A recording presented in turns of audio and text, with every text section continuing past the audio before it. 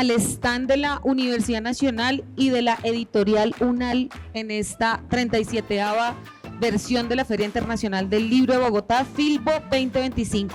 Hoy con una amplia, un abanico muy variado de temas y por supuesto ha llegado el momento para el cine, aquí en nuestro escenario, con la presentación de este libro, Estrategias de Película, Lupe Vélez y Dolores del Río en las industrias fílmicas de México y Estados Unidos 1921-1996, una coedición con el Centro Editorial de la Facultad de Ciencias Humanas. Para hablar de esta obra nos acompañan hoy María Paula Orozco Espinel, quien conversará con Tania Pérez Bustos. Bienvenidos y bienvenidas.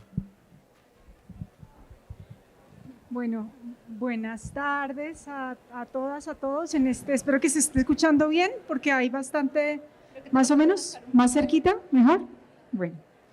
Bueno, yo soy Tania Pérez Bustos, soy profesora de la Escuela de Estudios de Género y tuve el honor de ser profesora de Paula Orozco Espinel, quienes hemos sido sus profesores y estamos aquí sabemos que aquí hay una joya. Entonces yo me siento honrada de poder presentar este libro. Lo conocí cuando era una idea.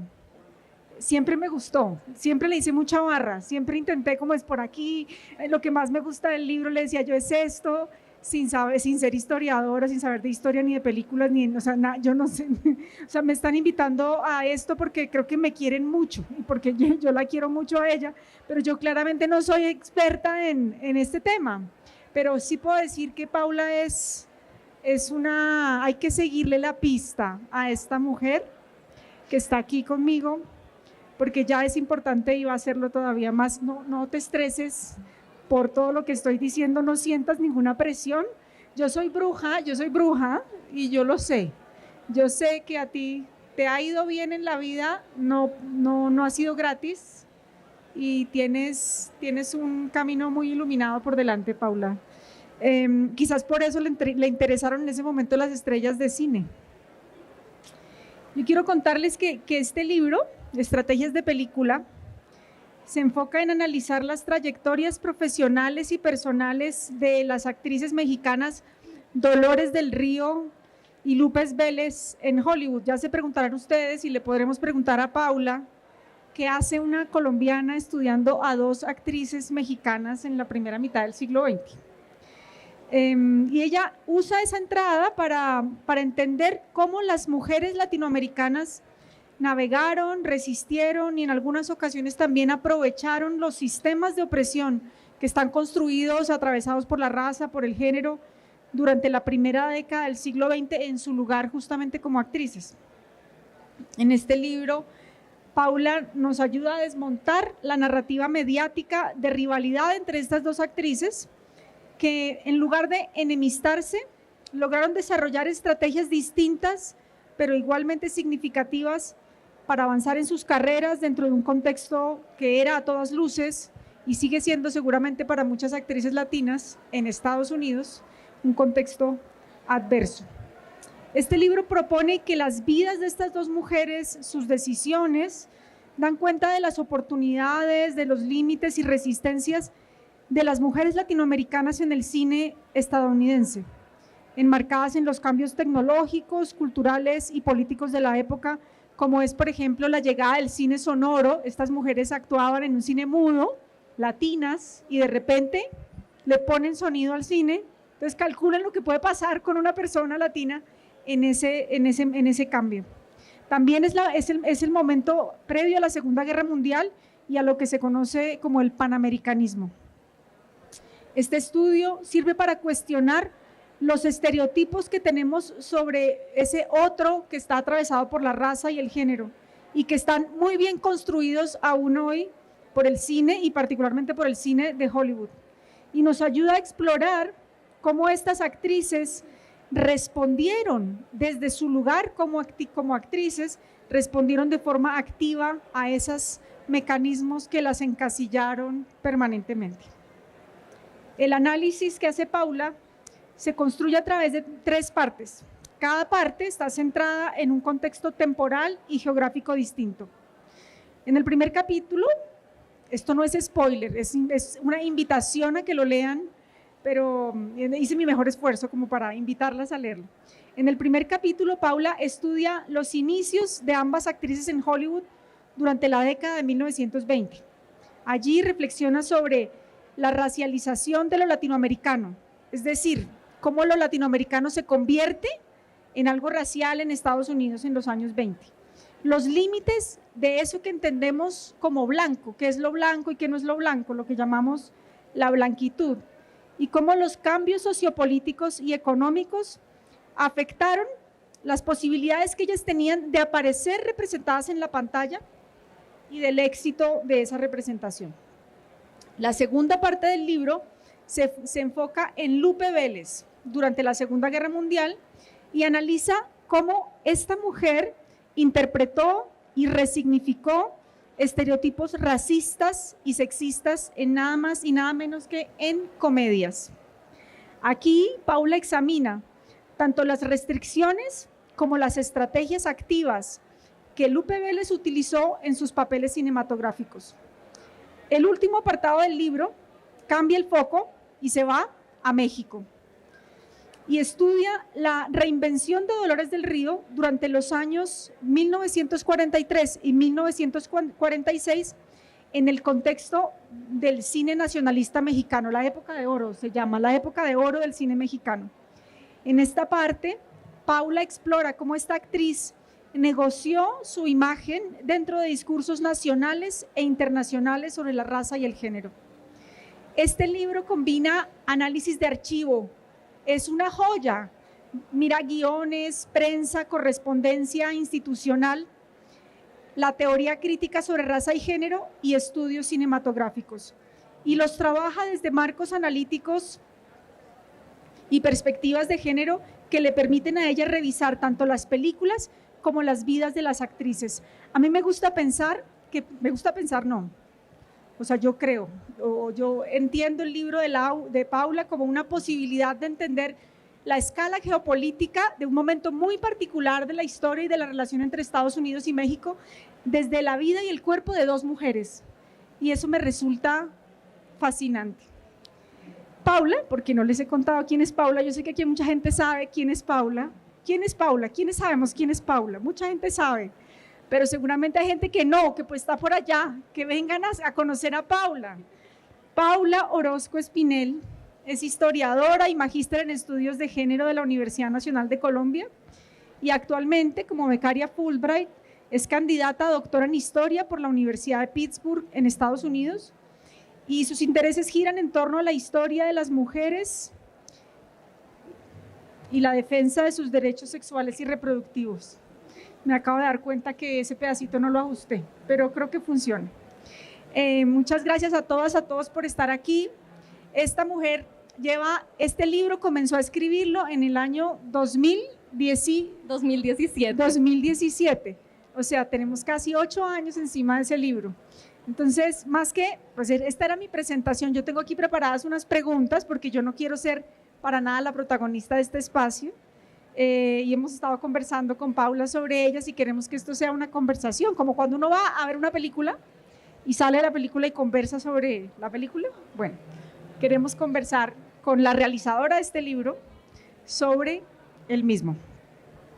Y lo primero es que quisiera, Paula, que nos contaras cómo llegas a interesarte por este tema y que nos cuentes un poco sobre el proceso investigativo, una investigación que fue muy interdisciplinar que te permitió realizar este estudio.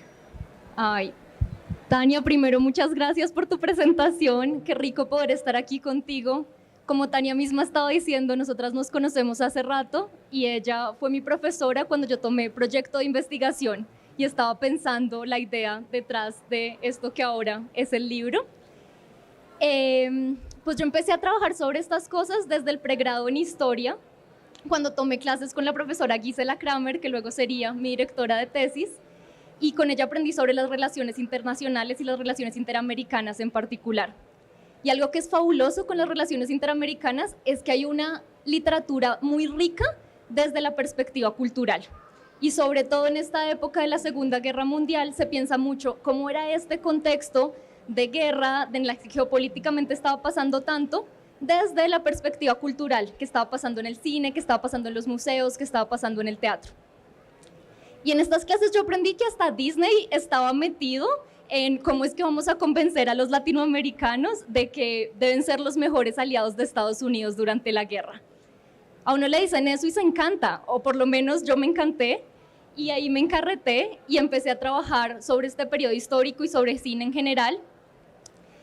Y cuando llegué a la maestría en estudios de género, luego de haber hecho el pregrado en historia, yo tenía cada vez más interés en las fuentes primarias que había sobre este tema y en lo que se estaba escribiendo al respecto, pero era muy difícil pensar la perspectiva de las personas que lo vivieron. Teníamos una historia de los discursos, teníamos una historia de en qué es que Hollywood se estaba quedando cortito cuando intentaban hacer una mejor representación de los latinoamericanos, pero no teníamos una historia de cómo se sintió eso para las mujeres que estaban en la industria participando en ese intento de cambio.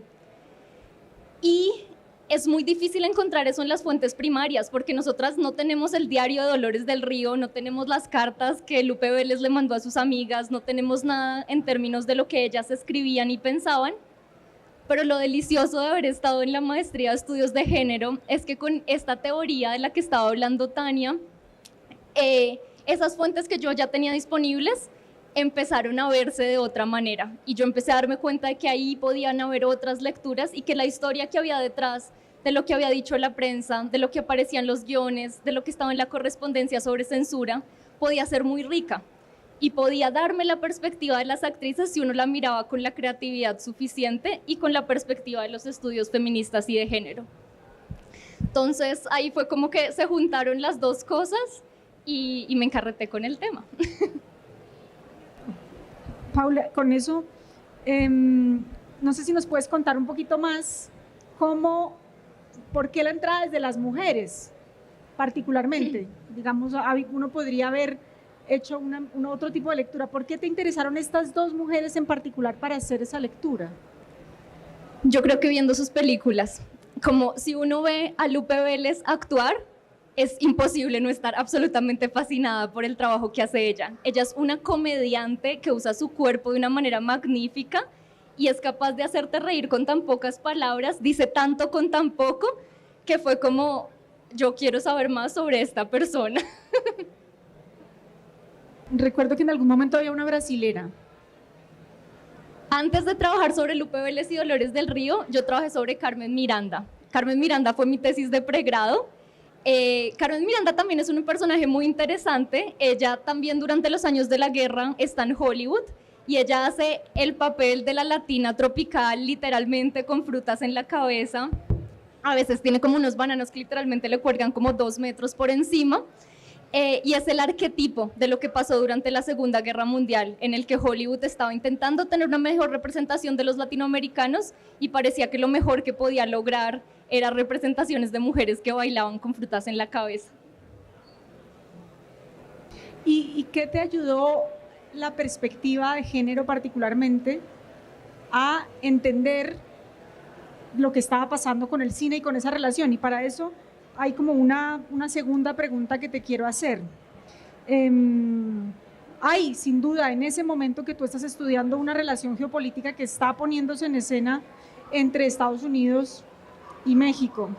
¿De qué manera la historia de estas dos mujeres te ayuda a entender particularmente, no solamente cómo ellas están atravesadas por eso que pasa, sino cómo desde ahí puedes leer de manera distinta lo que estaba pasando? Pero incluso más allá, ¿qué nos dice eso? 1920, relación entre Estados Unidos y México como la representación de lo latino en este caso. ¿Qué nos dice eso sobre lo que está pasando? Sobre lo que está pasando hoy. Ayer hablábamos con Paula y decíamos que los historiadores están muy asustados por todo lo que está pasando actualmente en el mundo.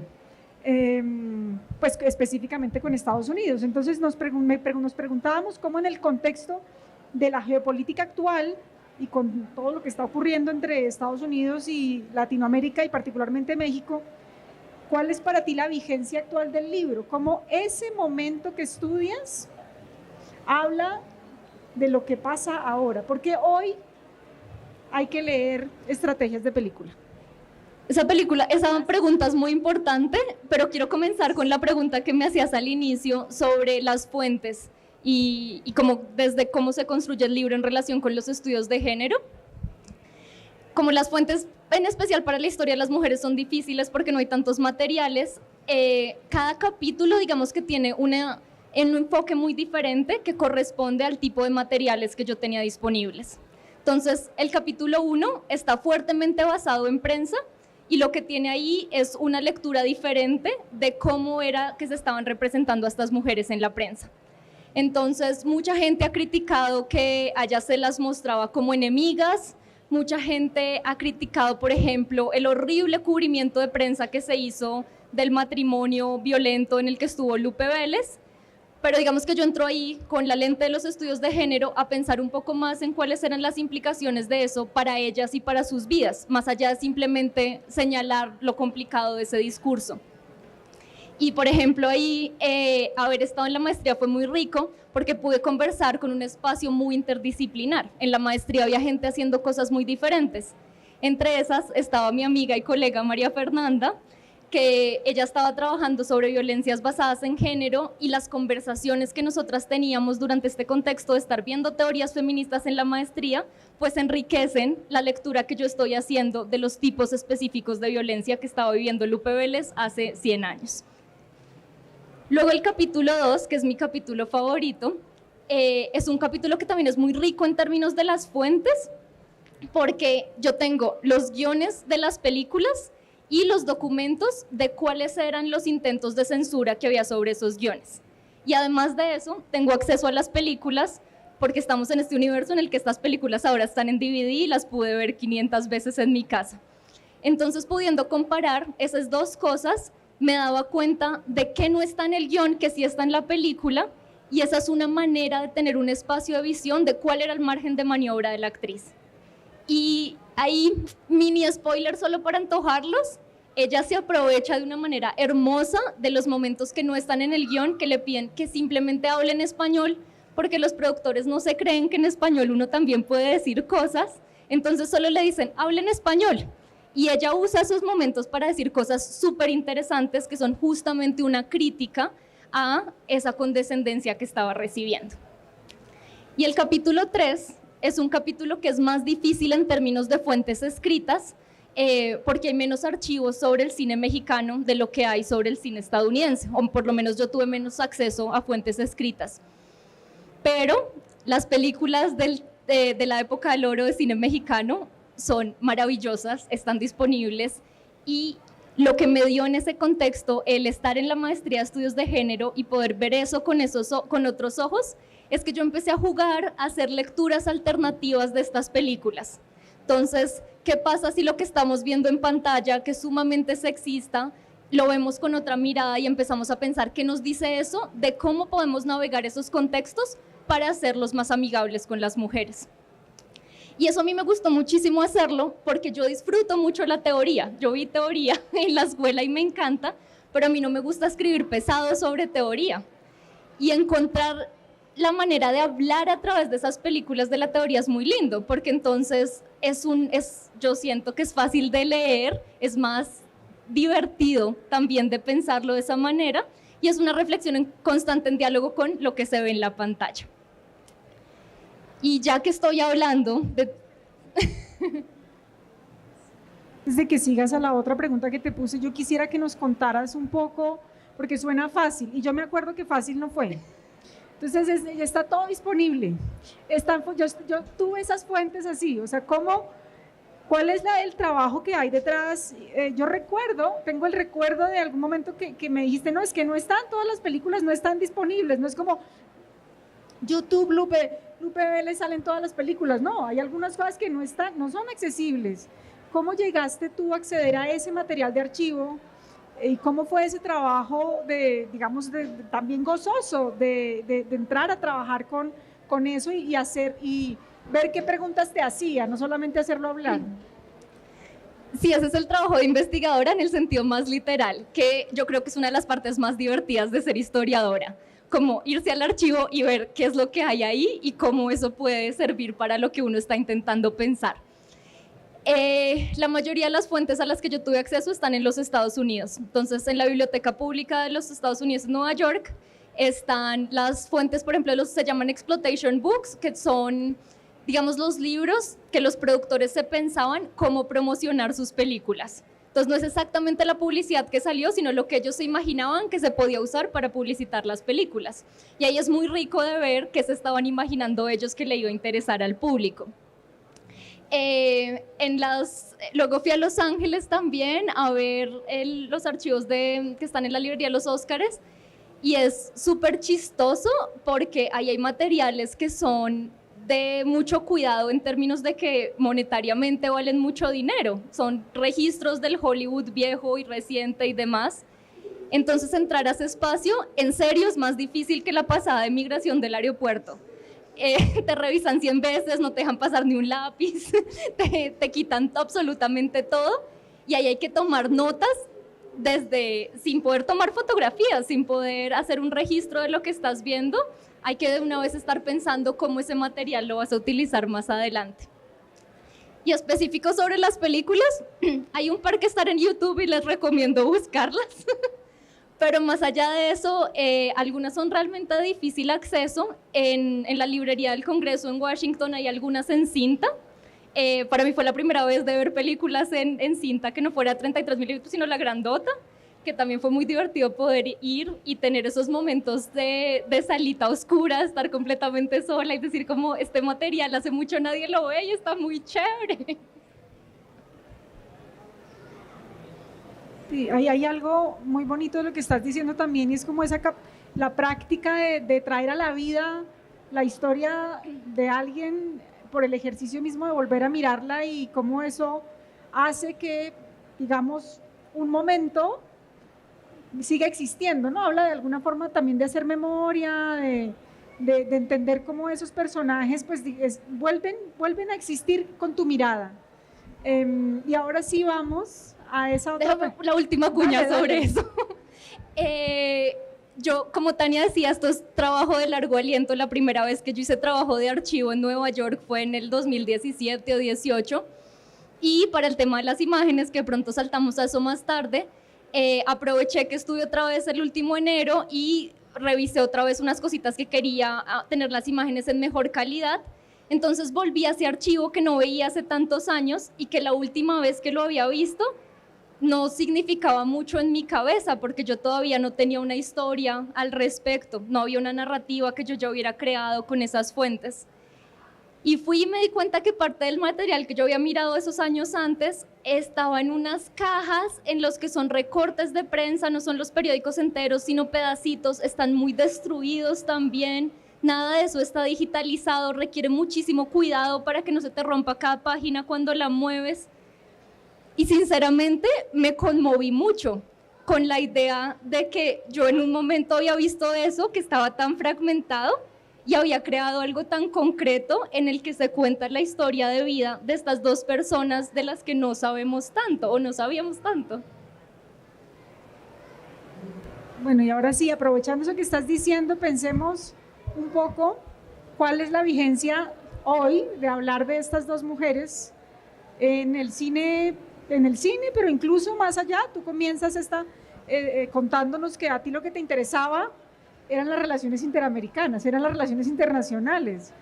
¿Qué nos dice eso de las relaciones internacionales hoy? ¿Por qué hoy? Es cierto, han pasado 8 años, pero ¿por qué hoy este libro es vigente? Cuando yo empecé, yo dije, esto no podría ser más vigente en ningún otro momento. Y en esa época era el primer mandato de Trump. Y ahora lo termino y digo, no, es ahora sí que no podría ser más vigente que en ningún otro momento.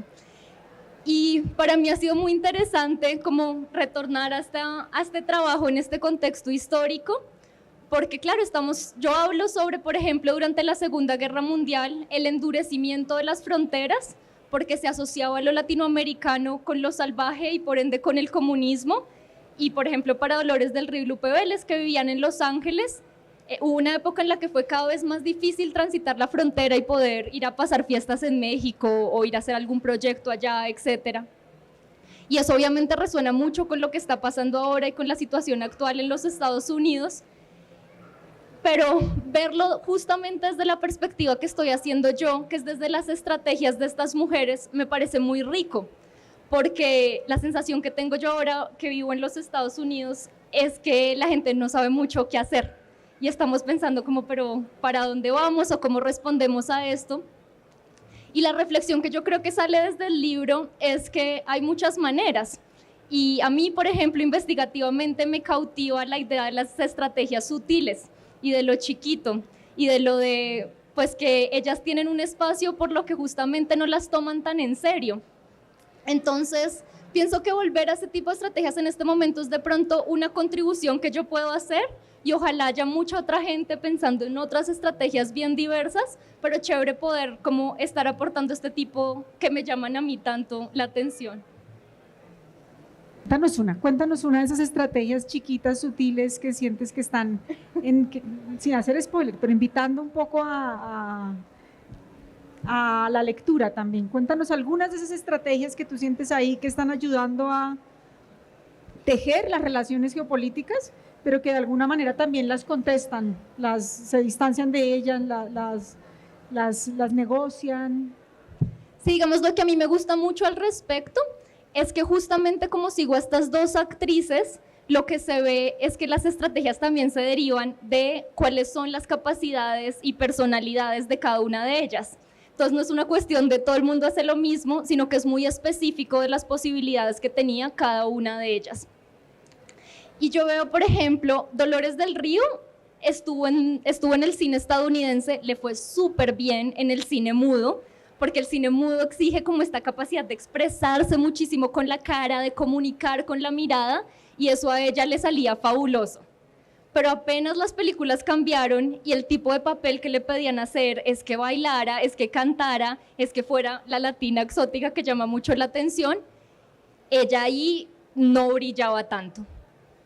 Y decidió irse, se volvió a México y en México creó espacio para que fuera el tipo de cine que ella mejor hacía.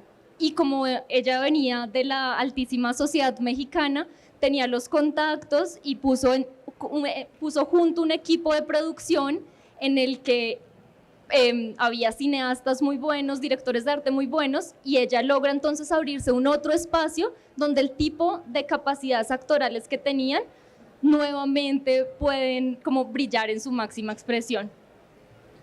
¿Y salto a Lupe Vélez o nos quedamos solo con esa estrategia? No. Con esa. Estoy segura que nos interesa saber más de Lupe Vélez. Porque todo lo que hace Lupe Vélez a mí me encanta. Creo que la más bonita, y la mencioné, tiene que ver con su uso del español. En las películas que ella grababa, son películas que están en inglés, y son películas en las que lo que el guión le pide a ella es que se burle de cómo suena el español. Hay como una lógica de solo el simple hecho que ella tenga acento, de que haya una dificultad para comunicarse, como si eso solamente debiera causar risa, y ella voltea esas situaciones para que sea ella la que se ríe de últimas. Y hay una entrevista que a mí me encanta, en el que le preguntan un poco como yo creo que para cuestionar qué es esto de que llevas aquí viviendo tanto tiempo y no hablas mejor, le dicen como, ¿cuánto llevas en los Estados Unidos? Porque tu inglés no está mucho mejor. Y ella se burla diciendo, es que estuve casada con alguien que decía, yo Jane, tú Tarzán o algo así.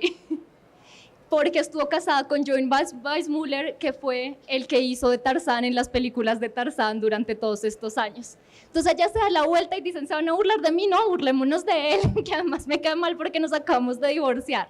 Entonces, como la capacidad de voltear el chiste. Muchas gracias por esas historias. Y eso nos invita mucho a leer el libro, y eso me parece que es la idea también de este material, y también perdón, de la capacidad divulgativa que tiene de traer a la escena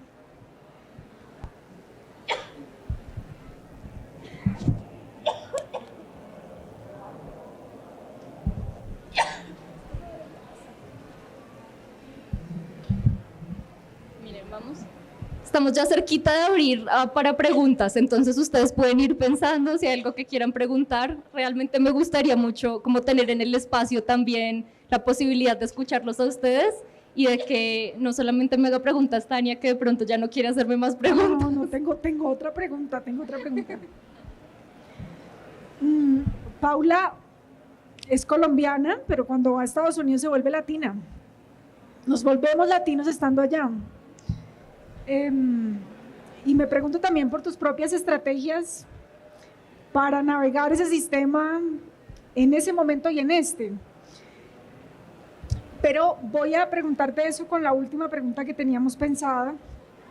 Como les contaba, este libro inicia en el 2017, termina en el 2019 y es producto de una convocatoria que hacemos en la escuela para publicar libros que vienen de tesis meritorias como las de Paula. Paula se presenta a esta convocatoria y se la gana. O sea, había otras personas que también se presentaron y tú ya en ese momento estabas comenzando tus estudios doctorales. Yo me pregunto por qué te animaste a publicar a que este fuese tu primer libro.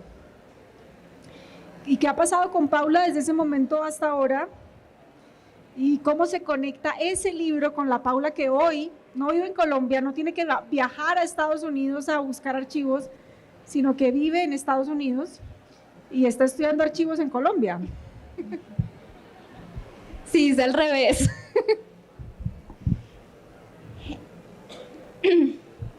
Pues, esta es una pregunta tan compleja.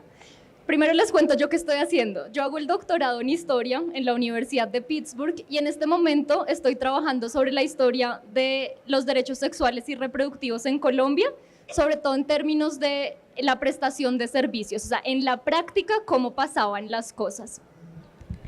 Y digamos que si uno lo piensa, lo que yo estoy trabajando ahorita no tiene nada que ver en términos geográficos o temporales, que es como los historiadores pensamos las cosas, con lo que hice para la maestría. Yo ahora trabajo sobre Colombia y trabajo más tarde, desde los 60 hasta los 90, pero siento que el interés en el fondo sigue siendo el mismo, que es pensar desde el cuerpo cómo pasan las políticas de gran escala, cómo pasan las políticas internacionales, las políticas nacionales, cómo los grandes cambios que, digamos, se explican en términos de larga duración y a nivel de presidentes, en realidad afectan muy concretamente a las personas y cómo las personas, en particular las mujeres, navegan esos cambios históricos grandes. Entonces, ahora estoy súper interesada por ejemplo, las promotoras rurales de salud, que son mujeres que trabajaban en las comunidades mismas de las que ellas hacían parte, luego de haber recibido una formación muy cortical parte del Ministerio de Salud para poder prestar atención básica a sus comunidades. Esa es mi nueva onda ahora. Y con las estrategias, pues las estrategias, creo que les voy a contar una que últimamente he pensado que me parece muy divertida, y es que haciendo el doctorado en Estados Unidos, cómo funciona es que tengo que dictar clase, pues como parte del trato. Y antes de yo empezar a dictar clase, algo que todas las personas de estudiantes internacionales me habían dicho es que los estudiantes de pregrado eran muy crueles con lo que ponían en las evaluaciones docentes respecto a las personas que tenían acento. Y yo dije, uy, esto va a estar duro. Y lo que hice entonces fue que al inicio, en la primera sesión de todas las clases que dicto, les anuncio a los estudiantes, les digo, yo sé que hay algunos de ustedes a los que les va a tocar les va a ser más difícil entenderme que a otros. Y a los que les va a ser más difícil entenderme es porque han tenido menos la oportunidad de entrar en contacto con personas que hablan con diferentes acentos. Entonces estoy muy contenta de que ahora puedan tener esta oportunidad y desarrollar una habilidad que les va a ser muy útil en este mundo en el que hay tantas personas que hablan inglés como segunda, tercera, cuarta lengua. Resultado, 0 comentarios al respecto en mis evaluaciones docentes hasta el momento. Entonces, bueno, mal que bien sirven, ¿no? Se parece un poco a la estrategia de Lupe Vélez. Es que me inspiró Lupe Vélez. ¿Y cómo te sientes en este momento con que este sea el primer libro de tu historia como académica? Justamente ayer Tania me decía algo muy bonito y es que lo chévere de publicar es que se queda como una cápsula en el tiempo de quién era uno en ese momento. Entonces, yo siento que este libro representa muy bien quién fui yo en la maestría de estudios de género y muestra también los intereses y las perspectivas que tenía yo en ese momento. Estoy muy contenta de tener ese registro y además siento que es un trabajo muy inspirador para hacer como el primer trabajo que hago como historiadora, porque es un trabajo en el que yo me di muchas libertades en el uso de las fuentes. Uso metodologías que no están presentes en el departamento de historia, y yo ahora pienso como todas las cosas que puedo seguir haciendo con las fuentes más ricas, porque como estudio ahora un periodo histórico más cerquita y más material, como la ricura de las fuentes, digo como, ay, todo esto es como lo que uno puede explorar, qué chévere, quiero seguir haciendo eso y quiero como que se note ese desarrollo en la misma esencia. ¿Qué crees que este libro le dice a los libros por venir? A los libros por venir, mis libros Sí, por venir. Libros por venir. Me encanta que asumamos la idea de que hay libros por venir. Yo creo que, no, creo que es eso justamente lo que acabo de decir, la idea de la creatividad y de que se pueden hacer cosas muy chéveres siguiendo los intereses propios. Y sobre todo, algo que yo siento que es muy importante en este libro es el diálogo interdisciplinar. Está ese diálogo interdisciplinar dentro de mí misma, porque me está el interés en los estudios fílmicos, está el interés en los estudios de género, pero sobre todo está el interés disciplinar trabajando con otros y escuchando a otros.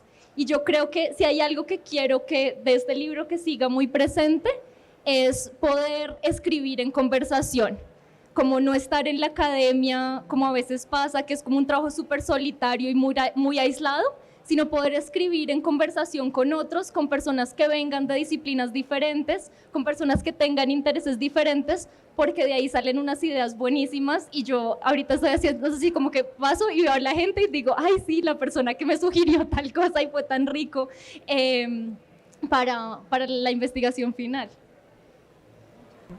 Muchas gracias, Paula. Te habíamos dicho que queríamos darle unos minuticos a alguna pregunta, no creo que tenemos un tiempito, por si de pronto alguien quiere hacerle alguna pregunta a Paula, o quieren que les cuente alguna infidencia del libro. Mira, tenemos acá una mano. Por acá. ¿Quieres que...? Oh. Yo voy a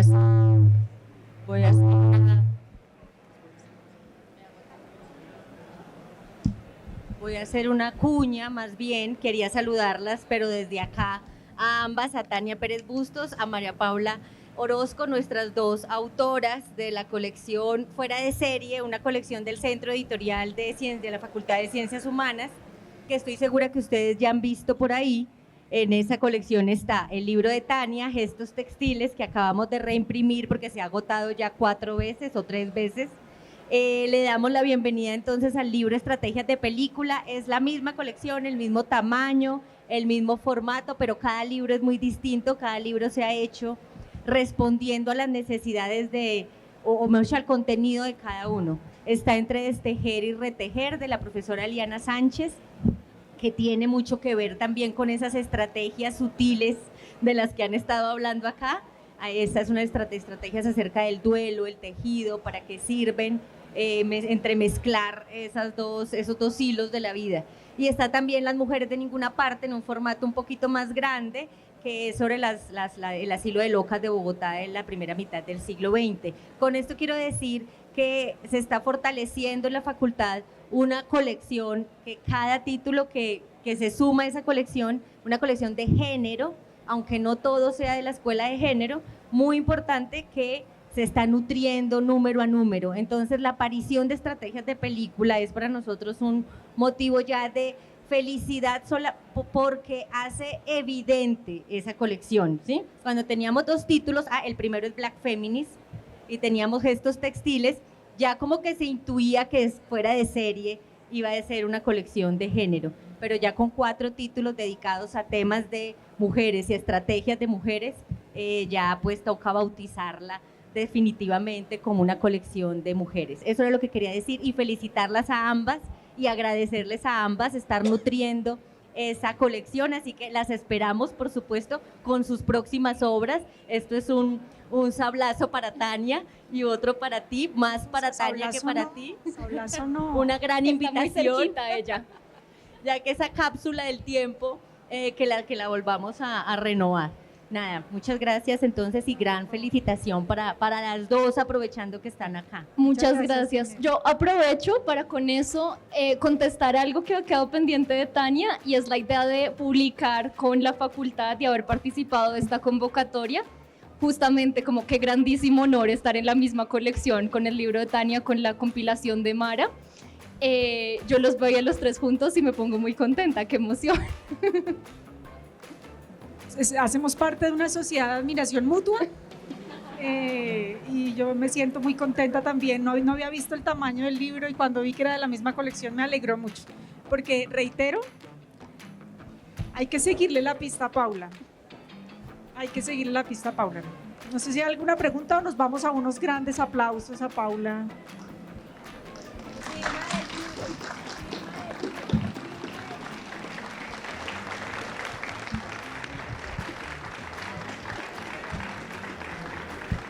Muchas gracias por venir, qué rico haberlos visto a todos acá.